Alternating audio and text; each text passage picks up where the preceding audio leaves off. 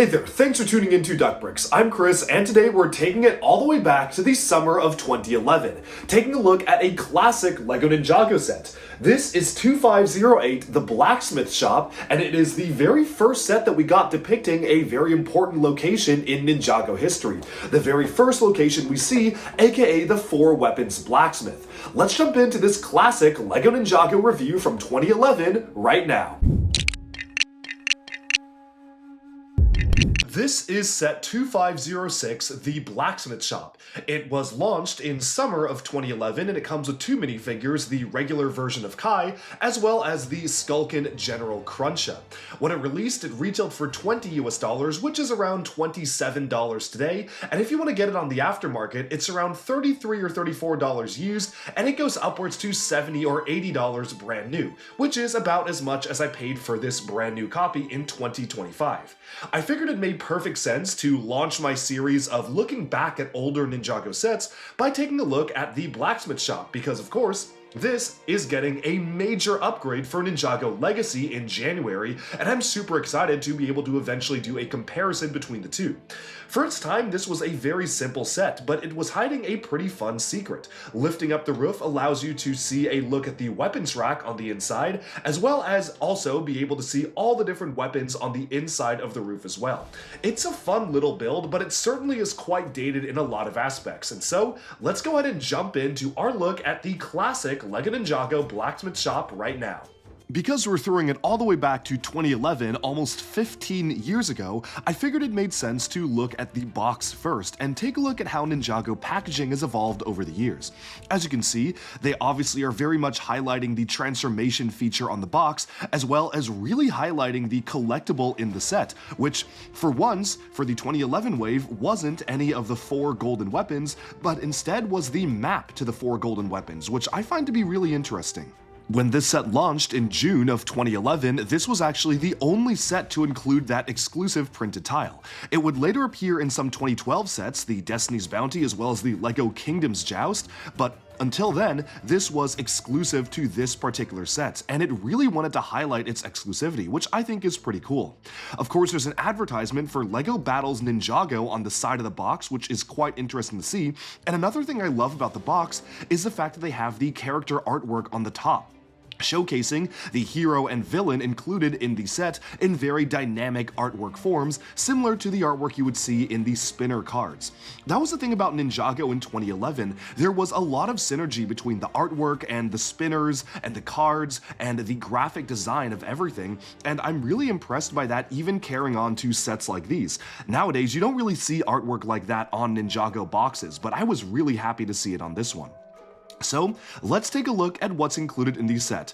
Opening the box up, the set comes with a number of unnumbered bags. Once again, they did not really have any sort of steps here because the set was small enough to just have all the parts be poured out at once. I think if this were to release today, they probably would not do that, but you can see that they had everything included individually plus the plate, which you use to put together the set. The building process went rather smoothly, but I will say that LEGO had a very unfortunate problem of the brown color being very brittle, especially in the 2011 era, so even though this was brand new out of the box, I unfortunately felt a lot of my brown bricks literally cracking as I attached them when I was putting it together.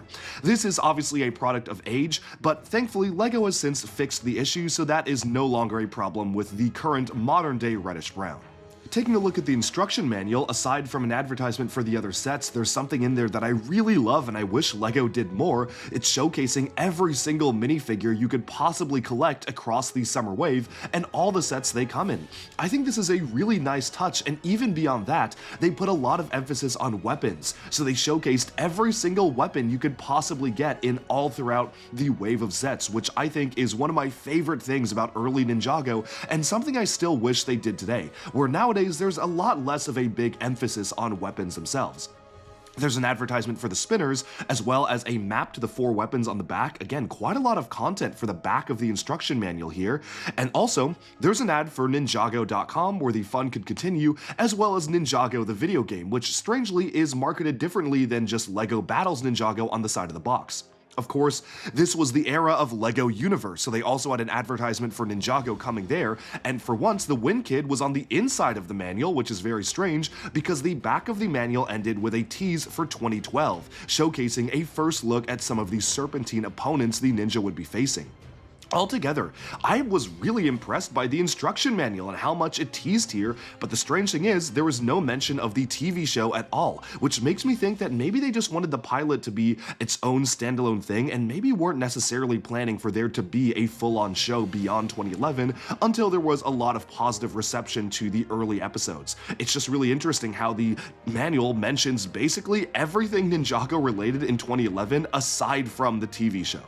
But now it's time to take a look at the set. Once again, this retailed for $20 back in 2011, which is closer to $28 today, and honestly, the build is definitely very dated. However, this is certainly one of the more interesting buildings that we got from Ninjago in its early days. It certainly is far from a traditional building, and that's for sure.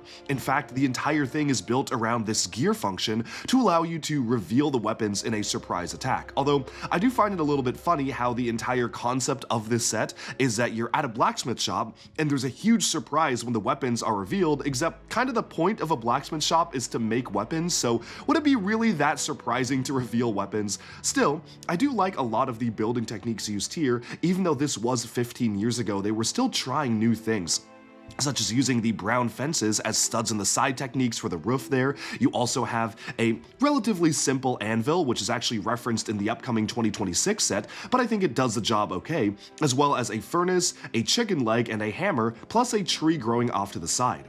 The main function of the set is that you can open it up and close it, and once you lift the roof up, you can see the swords on the back are revealed, as well as weapons on the top of the roof as well. I honestly think this is a really fun function, but when I was putting it together in the manual, I was really surprised at how the instruction manual basically had you kinda have to figure out what angle to place the gears at. There was no sort of instruction in terms of having the gears stop at a natural point. They didn't really call it out. And I feel like for younger kids, they would have very easily just installed this incorrectly and had the function just built wrong because it doesn't really specify what exact angle you need the gears to be at to make the function work. This is just a little thing that I think LEGO would absolutely change nowadays. Even if it just has to do with the building process of putting a set together, they definitely would not just let it be up to the builder's imagination in terms of figuring out what exact angle the gears need to sit at. Still, it is a remarkably fun function, and I can't really say there's any other building that does something like this. Flipping it up is super satisfying, and I love seeing the weapons up on the rack there, as well as of course being able to grab the individual pieces themselves. However, it's a lot more fun in execution rather than in actual play. See, it was rather difficult for me to grab my hands in there and retrieve a sword and hammer for Kai to actually use the blacksmith anvil, and of course, when you actually have to put the weapons back, I think it's actually a little bit harder. It's cool to pose him up on the stand with the hammer and everything, but, of course, putting everything back in its rightful place is a little bit difficult. Sure, I have larger fingers than a kid playing with this set would, but I don't think this is the kind of set LEGO would release today because it's actually really hard to put the hammer on once everything is closed up. I guess you could put it on the other side, but still, I feel like LEGO would definitely try to make a set like this be a little more friendly to kids' play than it is right now. In terms of the rest of the set, I do generally like the building techniques used, but it certainly is a product of its time. Almost everything is just simple, studs up, and very, very basic construction. It certainly is a lot more fragile than a normal Ninjago set would be. I appreciate the inclusion of the Technic beams on the back of the model to actually make the back wall feel sturdy and strong enough to support the function, but unfortunately, the front of the model is just very easy to knock apart, to crumble. The tree itself just isn't really built with more modern, stable building techniques, and it really goes to show just how much LEGO has changed over the past 15 years. The value for money, though, is hard to beat. This set did come with 189 pieces and again retailed for $20 or 15 euros, which again was closer to $28, so by price per part it's not the best, but I do feel like you're getting pretty good value for money out of this set. It really does feel like your basic smaller Ninjago set. There's a hero, there's a villain, there is different interactive elements included in the set, and while it does feel like something that we would never see from Ninjago today because it's very much focused on a more traditional building, which Ninjago doesn't really do for its smaller sets anymore, it really is a fun little time capsule into 2011. And speaking of a time capsule, let's take a look at the minifigures. We're going to start off with the very first version of Kai here, and of course this is the classic, it is the most iconic iteration of Kai, and this was before LEGO was making back printing on minifigures the standard. Again, this was 2011, and they figured that having the sword on the back was enough, so if you remove the ninja hood, there's actually no printing on the back of this figure, which is pretty crazy to think of nowadays. Imagine getting a LEGO minifigure with no printing on its back in an action-adventure theme. Still, I do think that the overall initial design for the ninja characters is strong. Kai, of course, has his scar, which he didn't even have in the show because they figured it would make him look too battle-hardened, and honestly, I feel like it is a really unique look at what the early Ninjago design principles were. But there is no better look at what Ninjago was doing in its early days than Cruncha here. Cruncha is a very weird figure. First of all, the head and armor do come in their own separate miniature bags, which means that they were produced in one of the Asian factories, which was separate from all the other parts included in this set, and for good reason. These are much more detailed elements than most other minifigure pieces. They have all sorts of different colorations and prints on them, and again, it's not really something that LEGO would do today. If they were to release an armor piece like this today, they'd probably dual mold it and have the white and black parts be their own elements. With the armor removed, the head is almost comically oversized, but I don't think it's a bad thing. I think it works when the armor is on, and you can see the helmet is molded into the head, but it's not actually dual molded, it's just printed with color, which is why they had to produce it in the separate factory. Very strangely, Cruncha has a monocle in his first minifigure appearance, but he doesn't have it in any of the artwork or the show, so I imagine that that was maybe a character trait they wanted to add on to him, making him more of like a wizened general or a strategic leader, but of course in the show, he is Cruncha after all, and let's just say he's not the very brainy type. Still, I do love the amount of effort they were putting into every single one of even some of these side characters and side villains back in 2011. Nowadays, I feel like most villain factions in Ninjago get maybe 2 or 3, 4 minifigures tops, but back then, villain factions almost got more love than the ninja, and that's another thing that I really wanted to talk about when I go back and look at some of the other 2011 and even 2012 Ninjago sets, where the focus was definitely on making the coolest villains possible, but nowadays that is almost reversed. But now, let's wrap up this review by sharing my closing thoughts on this set. And with that, we've summed up our classic review of the 2011 Blacksmith Shop. For $20 back in the day, this was actually pretty good value. It gives you a remarkably built-up building for only $20, plus a pretty fun transformation feature. Of course, you get the 2 minifigures included as well, which is good for combat, and there really isn't much more I could have asked for other than, of course, if this were released today, I'm sure the building techniques and standards would be very, very different. And for a $20 set, I think today, if this were to launch, it would be a lot smaller, scaled down, but probably a lot more robust too, and there wouldn't be some weird kind of intricacies in how it was built, such as the part where I mentioned, where as you actually build it together, you have to really pay attention to the angle in which the gears are connecting in the instructions, otherwise the function just isn't going to work right. Altogether though, this is a really solid set from 2011, and it really is exemplary of the design language Ninjago had back then, which was far less vehicle focused and a lot more focused on traditional Asian inspired buildings.